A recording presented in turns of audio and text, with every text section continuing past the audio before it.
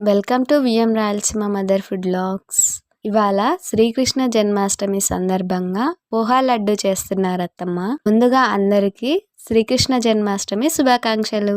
ఇలా చేస్తే అటుకుల లడ్డు నోట్లో వెన్నెల చాలా మృదువుగా, రుచిగా, మధురంగా ఉంటుంది. అంతేకాదు చాలా చాలా హెల్తీ లడ్డు అండి ఇది. అదే 10 నిమిషాల్లో చేసుకునే ఈ లడ్డూని ఫస్ట్ నుంచి లాస్ట్ వరకు స్కిప్ చేయకుండా చూసి ఈ కృష్ణాష్టమికి మీరు కూడా చేసుకొని దేవునికి నైవేద్యంగా సమర్పించండి. ప్రాసెస్ చూద్దాం.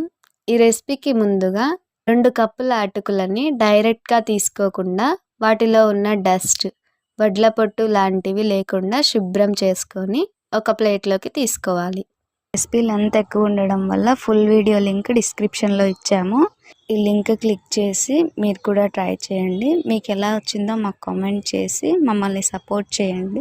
Thank you for watching our channel friends.